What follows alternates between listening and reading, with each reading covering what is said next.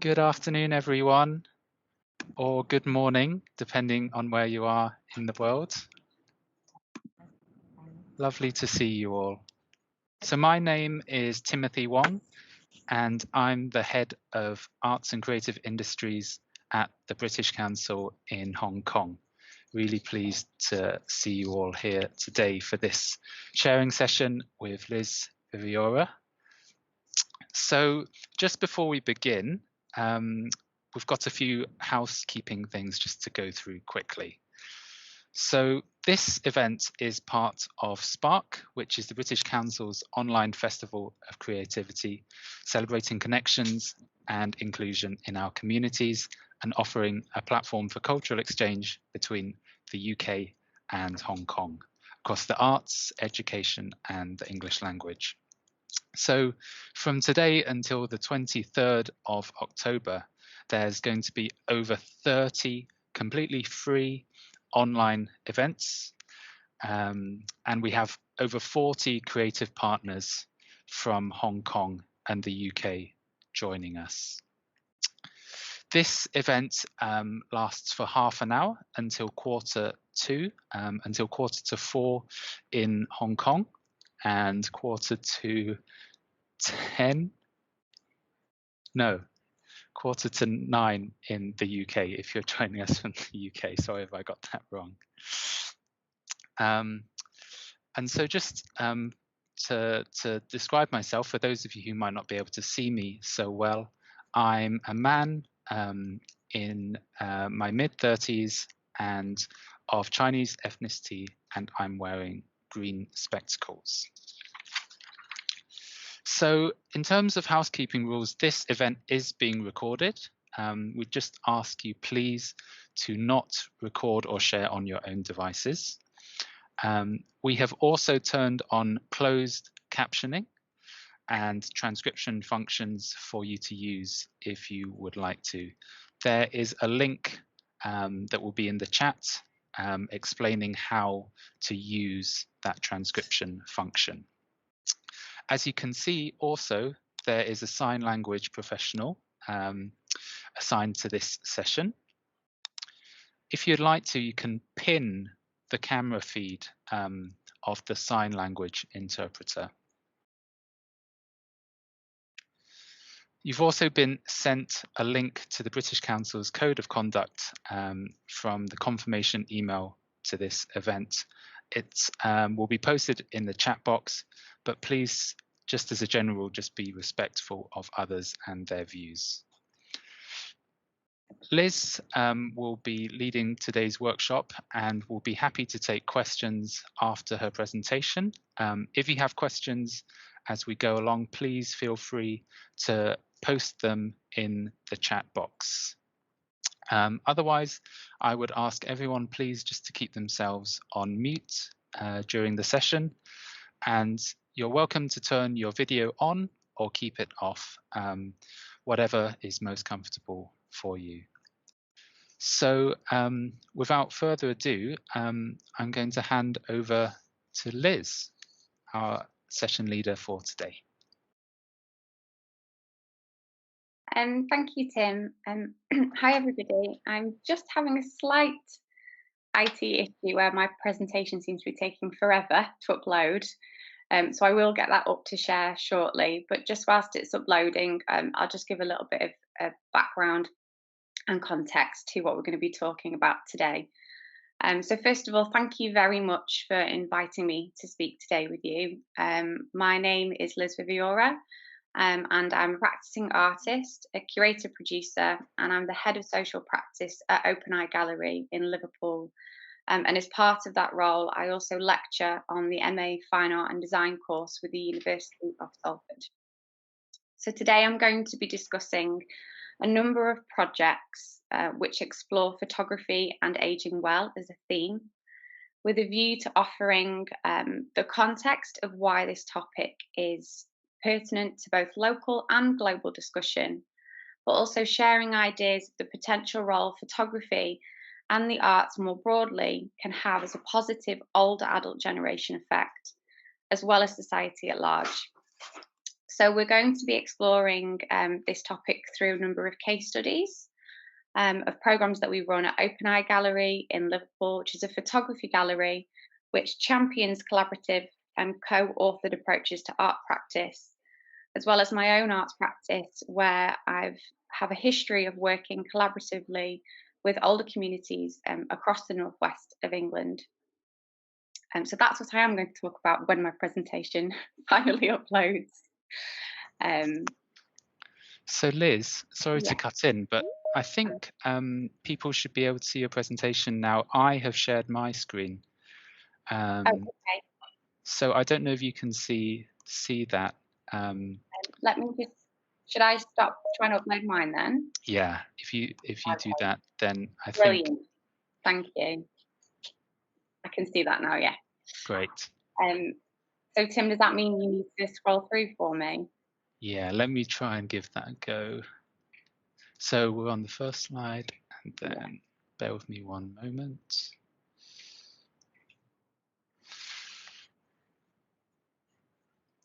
Okay. Yeah. Yeah. So we just run straight through these first 5 that look the same, and it's just what I've just talked about. So what we're going to cover today: context, what role we can play, and then case studies from Open Eye Gallery and case studies from my own practice. So yeah, thank you very much for that. So the next slide, Tim. So just to give a little bit of context, wider context, the UK population is fundamentally ageing, and there are now over 15.5 million people aged 60 or over that make up 25% of the UK population. Tim, I think I can see. Oh, that's sharing it. Sorry. Don't worry. Sorry. No problem. But the number of older people is also rising. So there are now 3.2 million people aged 80 or over, and almost 600,000 of these are aged 90 or over. Next slide, please, Tim. In Hong Kong, we have a similar situation where there is an estimated 795,200 older people aged 65 and over from 2000, which accounted for over 11% of the population, which means that by this year, 15.7%, basically 1 out of 6 Hong Kong people will be aged 65 or over. And in Hong Kong, a recent local survey has shown that 75% of local people aged 65 or over, or 45% of people in the 45 to 64 age group, were suffering from 1 or more chronic diseases. And this is a similar situation in the UK, which essentially has a knock-on effect on the health and social care sector as a whole. If we then add into the fact the recent COVID pandemic, which has only highlighted difficulties facing social care and healthcare in the UK, and how quickly issues of isolation can have knock-on effect on those living alone, we can start to see how essentially we have a society which is aging, but we don't have the infrastructure and support necessary to support that age group. And so without fundamental changes in society, inequalities in financial and health outcomes will widen for older people, which essentially means will widen as an issue for us all. If we could look at the next slide, please, Tim. So with that in mind, what role can the arts actually play? Participation in the arts has many benefits. The intrinsic value of creative expression, the affirmation of one's sense of self, and the process of acquiring and developing skills, which sometimes provide not just social aspects, but also a livelihood. So in the case of cultural engagement with older adults, there is clear evidence that the arts supports a wider physical and mental health, which in turn has an effect on the health sector and society services as a whole, through essentially better health, fewer doctor visits, less medication usage, and increased activities and social engagement. But if we imagine that to really have impact for the cultural sector, we need to be offering something that isn't simply surface level artist engagement. To challenge perceptions of life as an older adult and demystify ageism, which arguably still exists in society, beyond simply looking at the health side of it, I'd propose that we need to take a specific co-authored and collaborative approach to working with older communities, and that this approach is essential to have any meaningful impact. And this approach is what I'm essentially going to be talking about in the case studies that I'm going to share today. And if we can move to the next slide, please, Tim. Thank you. So first of all, we're going to look at case studies from Open Eye Gallery. So I'm going to be discussing a number of projects by Open Eye Gallery, which sits under a wider over 60s art programme called Young at Art. So Young at Art consists of collaborations with over 60s from across the Liverpool City region. And if we go into the next slide,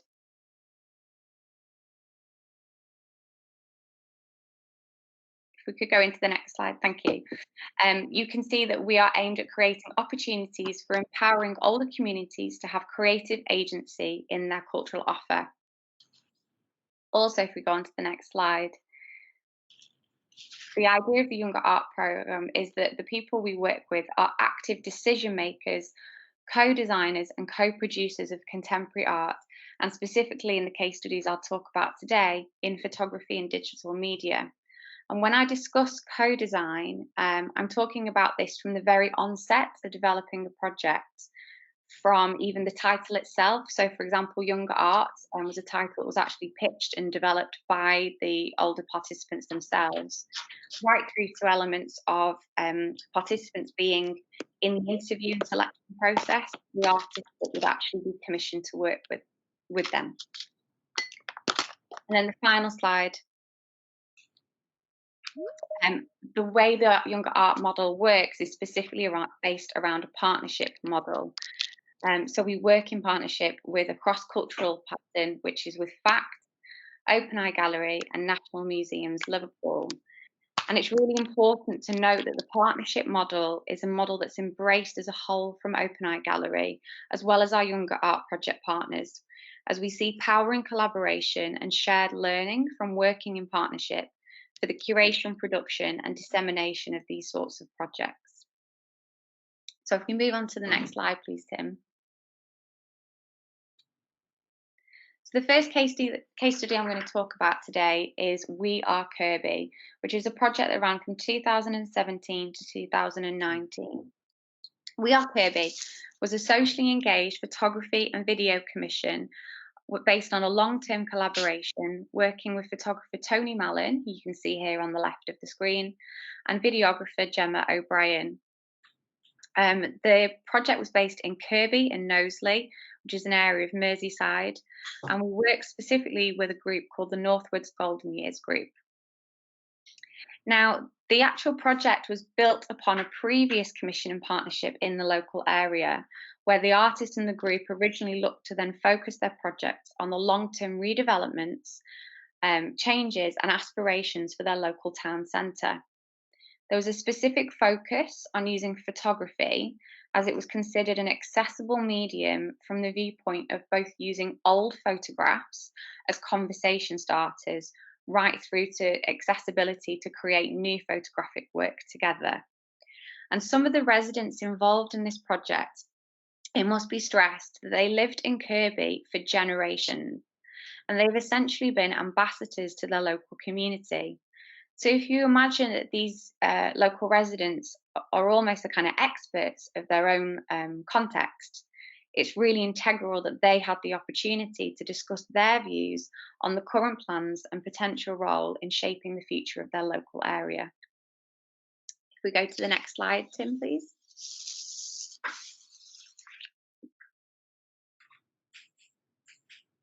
Oh, thank you. So how do we go about the actual project? So the process itself consisted of initially exploring the history of the town centre through existing archive imagery, as well as the groups being invited to bring their own personal photographs along. Using images as a starting point, we were able to discuss changes, how the space and its use had changed of the local area, as well as reflect upon current frustrations and future aspirations for the town centre. With this, some members would then go out and document specific sites in the current day for further discussion and come back to discuss about this with the wider group, which would then act as a stimulus to develop ideas for their new own photographic project. Next slide, please, Tim. Then became a process of co-production. So this is actively, collaboratively making new photographic work. So the photographer, videographer, and the group decided that they wanted to go out and become the new documenters of their own local area. So they went out to document and interview the current hustle and bustle of the existing town centre market and high street community, as well as document contested areas of redevelopment or public art and landscaping, which inevitably people had mixed feelings about in their local town centre. Now, whilst the work produced did celebrate the current community who support their local high street, and if we move on to the next slide, I can show some examples of the work made. So here we see the portraits that were taken. So as I said, whilst they were celebrating the local town centre, the work also reflected the ever-shifting landscape of Kirkby Town Centre. So with tensions around redevelopment and what will inevitably become the transformation of their local high street, they also included scanned copies, which you can see in the middle of the two pictures here, of people's shopping lists, which essentially highlighted where people could still locally buy things within their own town centre, in sharp contrast to where there was many empty shopping units, which demonstrated what essentially was missing for community. With this in mind, if we move to the next slide. Thanks, Tim. It was really important that the work itself was then exhibited back in the high street where it was having that conversation. So the exhibition would create room for more public discussion, putting it back basically in the high street. So public realm installations were situated around the town centre, using the increasingly empty shopping units as the space for this, almost as a provocation, as well as just to showcase the work that related to the very subject matter they were talking about. And photography in this instance was also used as a socio-political tool, turning its association with advertisement that you might imagine on the front of shopping units essentially on its head to talk about what really mattered to local residents. Next slide, please, Tim. And within that as well, the group wanted to continue discussions with the public and use these images as provocations. So the group took up a regular Friday coffee morning session in one of the empty shopping units where their work was being displayed. And this was as an opportunity to continue discussions about the next stages of Kirkby's redevelopment with passing members of the public. And so again, in this context, the group took centre stage at also sharing their work and encouraging agency and empowerment around the work that they had made, as well as creating another opportunity for social engagement with their local community to feel included regardless of their differing ages. If we go to the next slide. Thanks, Tim. So there is a video. Tim, I don't know which one you upload. Yeah, so if you just go to the little play button at the bottom, you hover over it.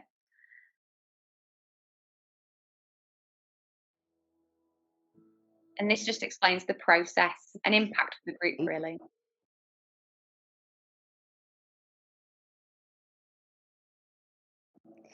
And I'm with Tony's group on a Friday morning. My name's Huey, and I joined this group some time ago, and it's gone from strength to strength, I think so anyway. The people are brilliant.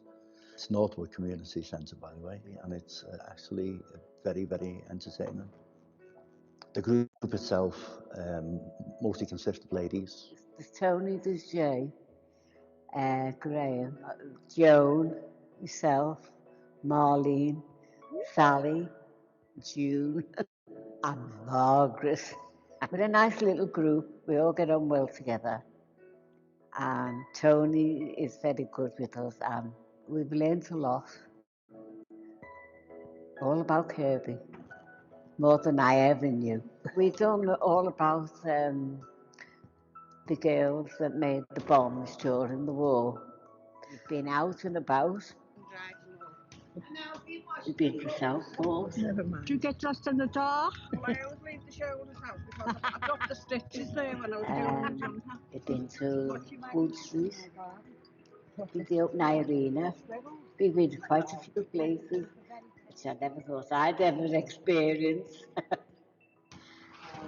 Oh. Oh, look at that.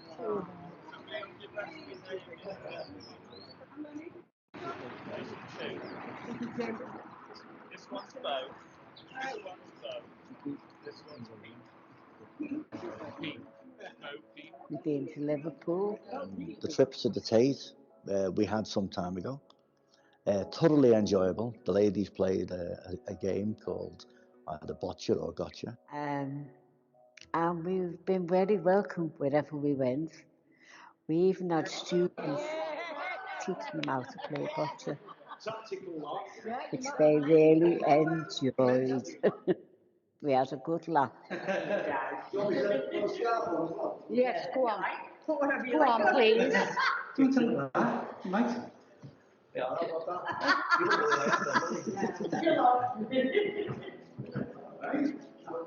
Believe it or not, there were so many people passing the particular route we were at that they wanted to stop, and they stopped, and then they enjoyed and mixing in with us. And it was actually very rewarding, I think, because they laughed all the way through it. Some we'd never met, well, quite a lot we never met. But one thing that was outstanding was a young girl with 2 children. And I wanted to say, and not just myself, but we just wanted to ask her would she sit and have portraits taken. And she did, and the thing is, I think that made the whole day for me. Seeing the smiles on them children's faces, it was unbelievable. Coming here on a Friday or something else, I really do enjoy it. There again, I enjoyed FACT, and I enjoyed most everything we've done with Liz. I've really enjoyed, up to now, I'm really enjoying myself. It makes me get up earlier in the morning. Otherwise, I'd be lying in bed till 9:30. And these mornings, I feel like lying in bed, but it makes me get up and get out. I've got to go to that photography club. Yeah, I've got to go and meet all my friends.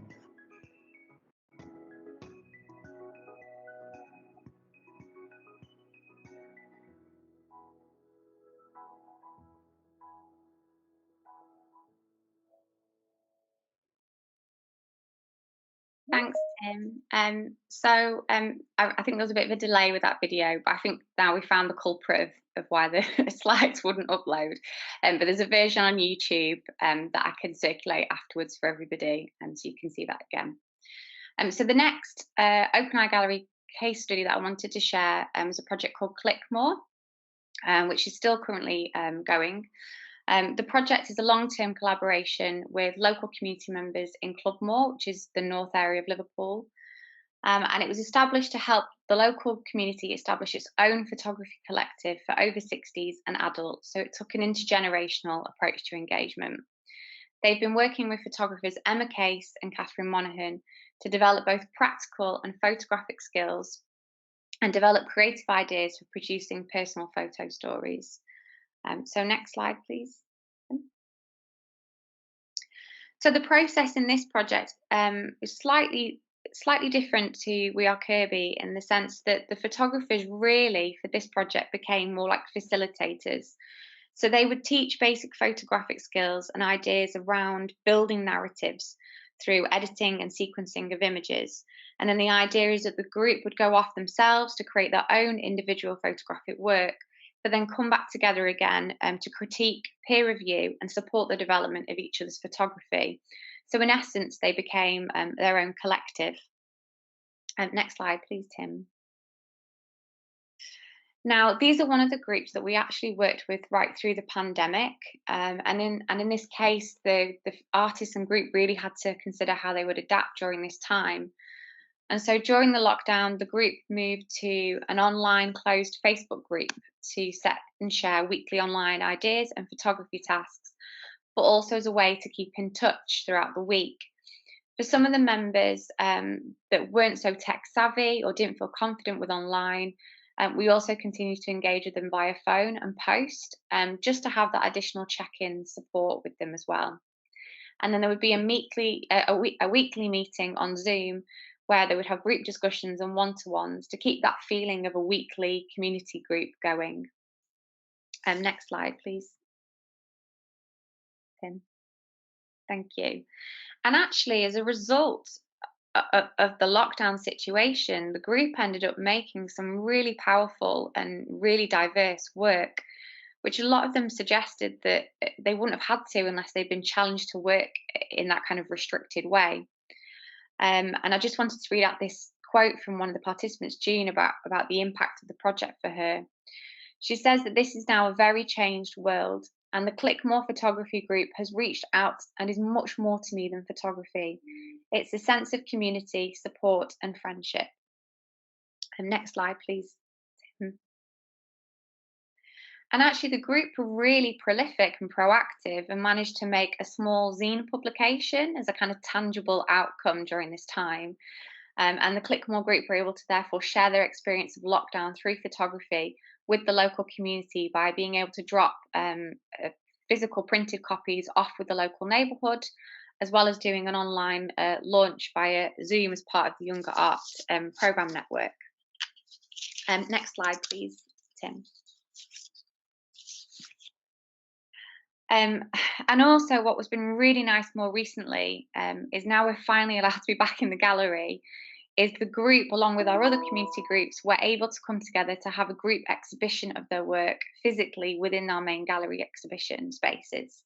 And so we've currently got a show on at the moment called Collective Matters, which brings together all of our community focused and socially engaged photography projects, where we've been working with participants over the past 2 to 3 years. And we will be having a VR version of the show launching soon. So that's another way that people can interact with it. Next slide, please, Tim.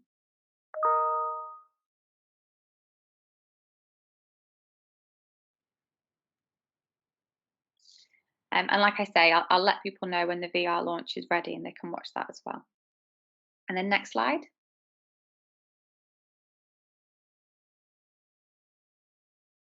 So the last case study I want to share for the Open Eye programme is Exhibition in a Box, which is very much like it sounds.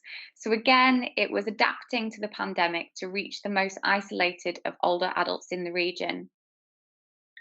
And so we made 2 portable versions of a previous main gallery exhibition called LA, A City Through Its People, that would go directly to people at risk of isolation during this time.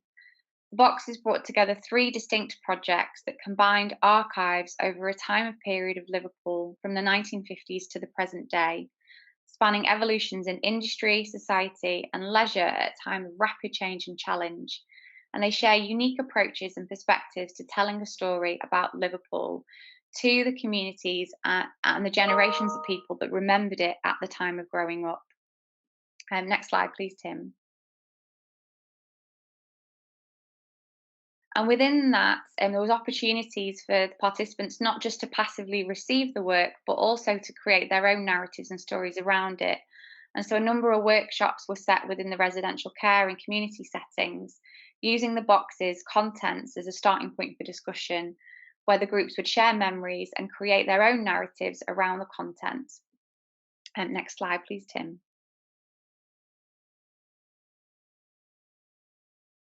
And again, here you can just see some of the kind of elicitation and other examples that we used.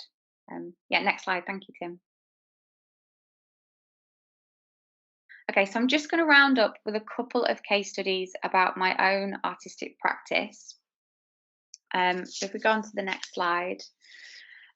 So the first project I wanted to share is Present and Continuous, which, although started as an 18-month project, in a way is still going today, hence the dates seeming different.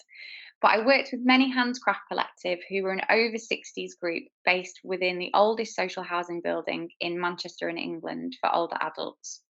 The project aimed to explore photography as a collaborative and socially engaged tool for championing creativity in older adults and explore topics pertinent to them.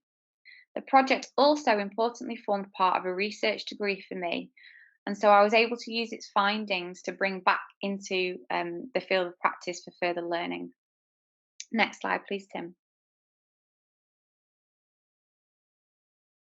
So the process, similar to some of the examples I gave with the Open Eye projects, we would use a series of icebreaker activities with photography. So these would be old photographs and other people's images as a way to get to know each other essentially and explore ideas for how the group may create their own photographs based on this process. And there's just one little quote above that kind of always makes me laugh about the image on the left here, where you can see the man's head's unfortunately been left off the image. And participant Julie said, "My mum was always cutting the heads off people in photographs. She was known as a terrible photographer. My dad said she did it on purpose though, so he never made it into the family albums." And so again, just how that one image can create a sense of humour and a personal story that can then go on to encourage further discussion. Next slide, please, Tim. And so there were various photo walks and exploring photo techniques that the group then went on to do next.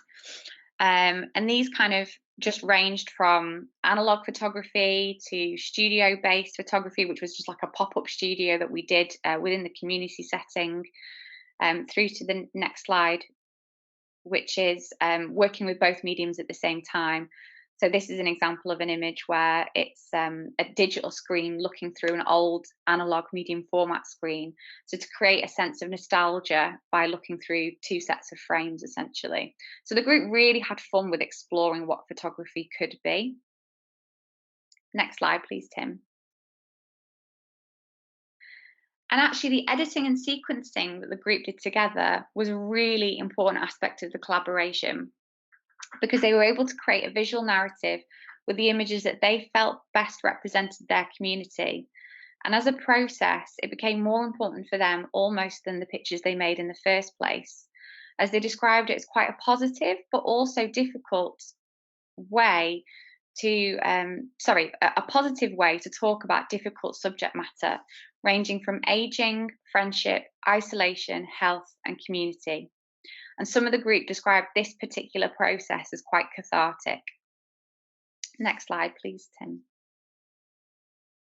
And so the group then collectively decided that they wanted to share the work in a public space. And so we were able to co-curate and host an exhibition at the Manchester Craft and Design Centre. And so the reasoning for showing it within a craft space was to bring the group's wider craft interests and photography together more as an installation piece than a flat two-dimensional photography show. Next slide, please, Tim. And here you can see some more of the installation shots and how everything kind of felt quite tangible and installation in its sense. So that was really important for the group, that there was this kind of tactile feeling of the work. Next slide. And again, the participants would lead on their own public programme and interaction with the wider audience. So they would lead the conversations with the people that would see the work.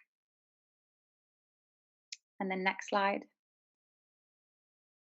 And then, as I mentioned, the project ended up lasting a lot longer than it was meant to, because we had an opportunity to revisit it and look at it in a different format, in the format of a publication. This is a really interesting way to reconsider the editing and curating of the work that had been made, but also an opportunity for them to work with a designer as well as myself as a photographer. Now, at the point where we were about to launch the printed version, we went into lockdown, and so we actually had to redesign it as an e-publication. And if we go on to the next slide, there's a little video link on the bottom right hand side of the screen, which again will be shared when the slides are shared with you afterwards. And that's a video where, because it had to go online, the group were actually invited to take part in an online book fair that never would have happened if we hadn't have had to move it in that way. But now we finally are allowed to. The printed versions are actually going back to all of the residents delivered the community centre, a community setting where the project was based. Okay, next slide, please, Tim. Okay, so the last project I'm going to talk about is the most recent, which is the People's River Project, which ran from last year through to earlier this year. Now, this was a community-led project delivered and exploring the River Irk and the people and businesses which lived alongside it. So the project aimed to reveal and share the often hidden histories and stories of people's heritage. It was inspired and designed to commemorate the bicentenary of Frederick Engels' birth and his connection to the industrial river. And just for context, for those that don't know, Engels was a German socialist philosopher who wrote about the River Irk in his 1845 essay, The Conditions of the Working Class in England, based on his previous experiences of living in Manchester. We worked with local residents, older residents, and an intergenerational health and wellbeing group to deliver the project. Next slide, please. So there were different ways that we worked on the project because the whole thing was actually delivered during the lockdown. And it was about thinking of the most diverse ways that we could engage people and reach them in a way that suited them. So in some cases, people were able to engage online. And we were able to develop initial ideas and photo training through using online tools like Teams and Zoom. So again, we would do similar icebreaker activities, but do them online. And then the group would go off and do their own self-directed local photo works, considering the ideas they had developed from session one. We would then come back together again to co-curate and peer review this final selection of work for an exhibition, and also considering where the addition of text or captioning might be really important to inform the audience more about that image. So if we go to the next slide, please, Tim.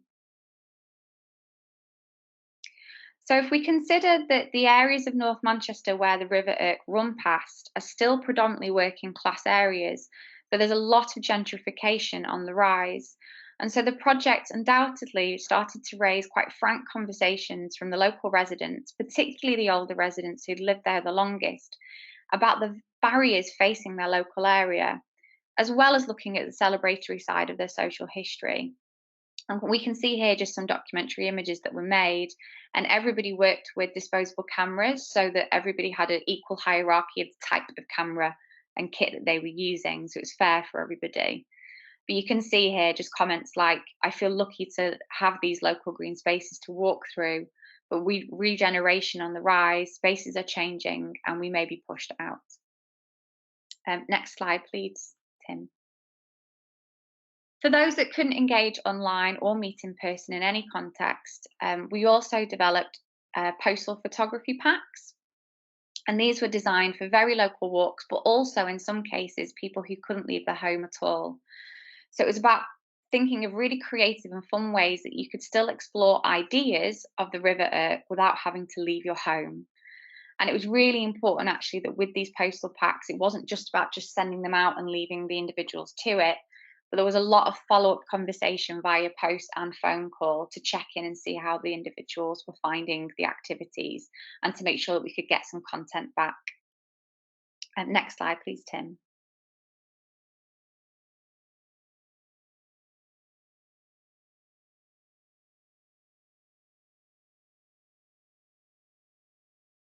We also were able to hold some reminiscence sessions with residents using old photographs and newspaper clippings, which again formed part of the final work. This is Margaret here, who was sharing her pride of how she and her husband had transformed the local back garden areas of Harper Hay into these beautiful gardens that they won awards for. And the next slide, I think, shows a picture of them receiving the award. We can show that, Tim. And then next slide.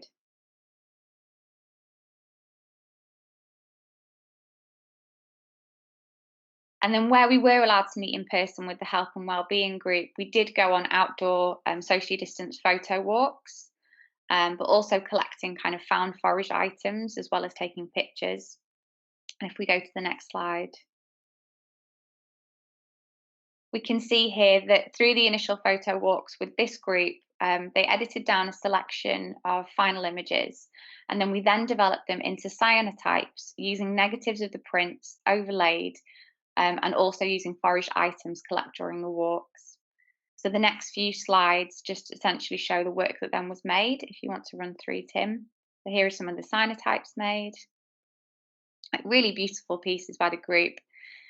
We installed them within the parks that they had the sessions in, kind of big installation banners, as you can see here. Again, back in the health centre. And then finally, other types of ways we installed them within the other park spaces, using kind of every area of the park that we could. So even the park benches, to put some of the text panels about what the groups had said within them as sort of interventions. And there was real pride here in the group being able to share their story in the public realm. And that's it.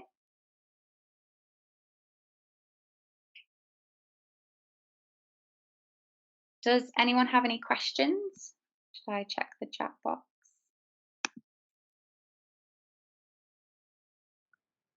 I think there's one question from Sabina. When launching a new program at the very beginning, how do you draw a local community to be aware and stimulate them to participate? Yes, that's a great question. So at the very beginning, with a lot of the projects we work with, we don't want to sort of parachute into a local community. So we have quite a lot of leading discussion and consultation with the local community kind of ambassadors, whether that's the local city council or kind of really activist local residents that kind of speak on behalf of the wider community, to actually see if they're interested. Do they want this sort of cultural offer for them? And if so, how do they want it? How do they see it being useful for their area? And in some cases now, we actually have it where communities approach us because we have a reputation for doing this type of practice now. So the Clickmore group, for example, it was a local, big local community initiative called My Club More. And they actually approached us to ask if we could help them set up a photography group. But again, it's like using things from the very beginning where we make sure that the community co-design what the program's going to look like.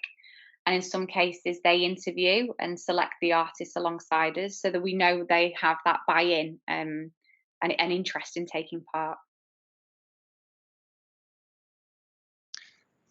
Thanks very much, Sabina, for your question, and thanks very much, Liz. So I'm very sorry to say, because I feel like we could go on for longer, but we're out of time for this sharing session with Liz. Liz, if you don't mind, I wonder when we send out the link to that video later on, whether you'd mind if we include your contact in there, and if anyone has any questions. Yeah, definitely. Yeah, that's completely fine. If people have questions, they can just send them to me and I'll get back to them. Brilliant. Thanks so much. So thank you all very much for joining us for this sharing session with Liz. Liz is delivering a workshop based on her practice at Open Eye Gallery, delving into the practice of some of the practice she's just showcased in this session. So there's actually a workshop just about to begin, which unfortunately is full, but there is also a second one taking place later this week as well. And what day is that taking place on, Liz? I've just had a mind blank. That's tomorrow, I think. That's tomorrow. Yeah. Sorry, I've got too many events in my head. So that is taking place tomorrow. And that's Thursday, 21st of October, 7 p.m. Hong Kong time and 12 midday UK time. So do go to our Spark website to register for that if you haven't already. So thank you very much once again, and I'm sure we'll see some of you in the workshop with Liz that's about to begin. Thanks so much, and goodbye. Thank you.